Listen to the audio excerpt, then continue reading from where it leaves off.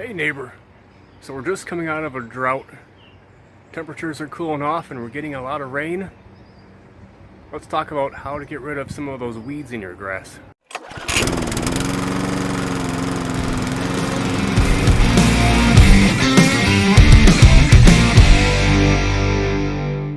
So anytime that there's drought stress, especially in a northern lawn and there's a lot of heat, the weeds will start to take over in certain areas.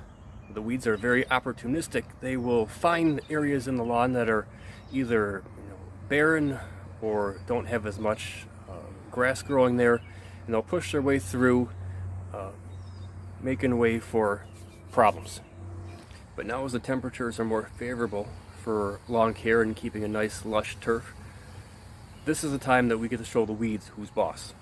Get off my lawn. So the first and obvious thing is you're going to need a weed killer. I like to do this the cheapest way that I can and the most effective. This year I bought the Ortho weed killer from the local store.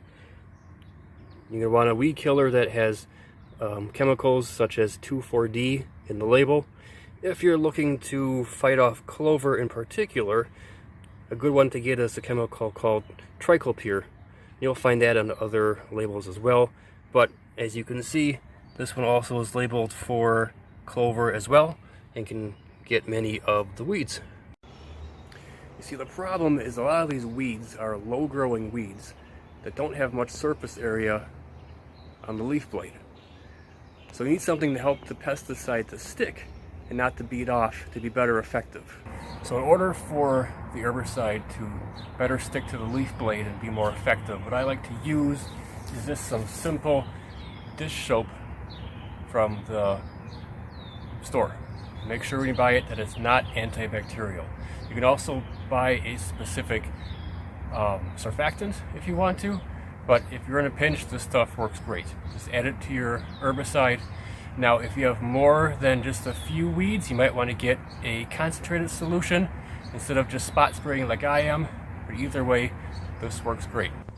Alright, this is a pretty easy process. All you need is a spray bottle, any weed killer that has 2,4-D in it or dicamba.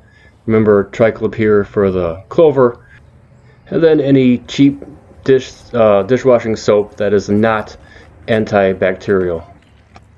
Simply mix it up and you're all set to go and kill some weeds.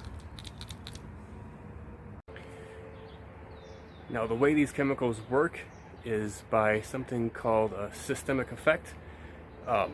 I like it when things match the medical world because I can better understand them. Anytime something has a systemic effect, that just means it's going to act on the whole organism. For example, when you have a temperature, that's a systemic effect. So the chemical mimics a hormone in the plant, causing massive cell division and uncontrolled cell division until eventual death. Let's take a look at some weeds in the lawn.